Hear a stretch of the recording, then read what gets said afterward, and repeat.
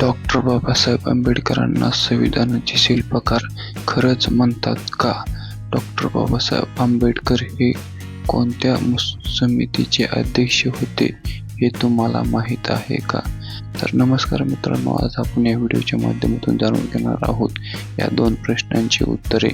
आणि तुम्ही या व्हिडिओवर सुरुवातीला आला असाल तर चॅनलला सबस्क्राईब करायला विसरू नका. भारताचे संविधान हे जगातील सर्वात मोठे लिखित संविधान आहे हे तुम्हाला माहीत आहे का? डॉक्टर बाबासाहेब आंबेडकरांनी जगातील जवळपास 60 देशांच्या संविधानाचा सखोल अभ्यास केला होता हे तुम्हाला ठाऊक आहे का?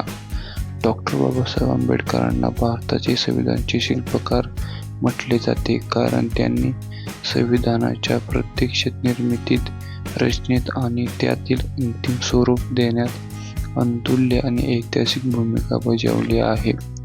मसुदा समितीचे अध्यक्षपदी 29 ऑगस्ट 1947 रोजी संविधान सभेत भारताचे संविधान तयार करण्यासाठी मसुदा समितीची स्थापना केली गेली होती. त्यावेळी डॉक्टर बाबासाहेब आंबेडकर यांनी समितीच्या अध्यक्षपदी एकमताने निवड करण्यात आली. संविधानाचा संपूर्ण मसुदा तयार करण्याची व तो संविधान सभेसमोर मांडण्याची मुख्य जबाबदारी त्यांना यशस्वीपणे पेलली. जागतिक संविधानाचा सखोल अभ्यास.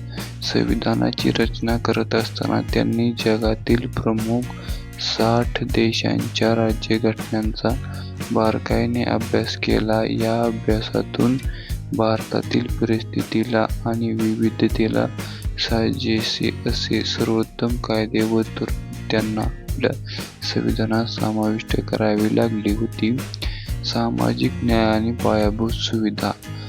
बाबासाहेबांना संविधान केवळ कायदा आणि नियमाचे दस्तऐवज नव्हता, तर तो सामाजिक न्यायाचा महामंत्र होता.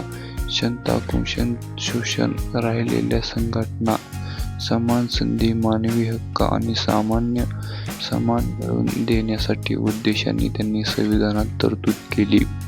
मूलभूत अधिकार आणि आरक्षण.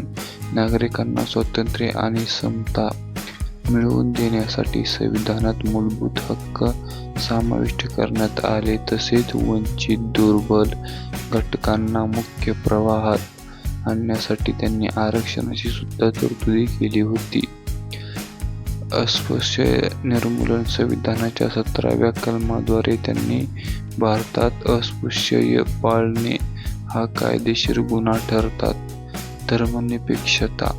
भारताला एक धर्मनिरपेक्ष राष्ट्र बनवण्यात त्यांचा मोठा वाटा होता, ज्यामुळे देशात सर्व धर्मांना समान दर्जा व संरक्षण मिळावे हाच हेतू डॉक्टर बाबासाहेब आंबेडकरांचा होता. महिलांचे हक्क. त्यांनी संविधानात महिलांना मतदानाचा समान अधिकार आणि समान कामासाठी समान वेतन यांसारख्या तरतुदीचा समावेश करून महिलांना सक्षमीकरणाचा पाया रचला होता. संविधानाचे हृदय.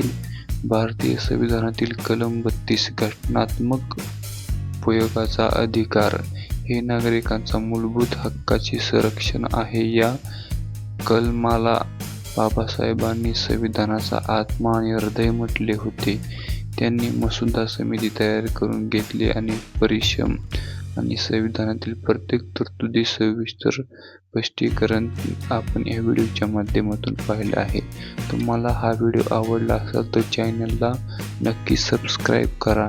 व्हिडिओला लाईक करायला विसरू नका. धन्यवाद.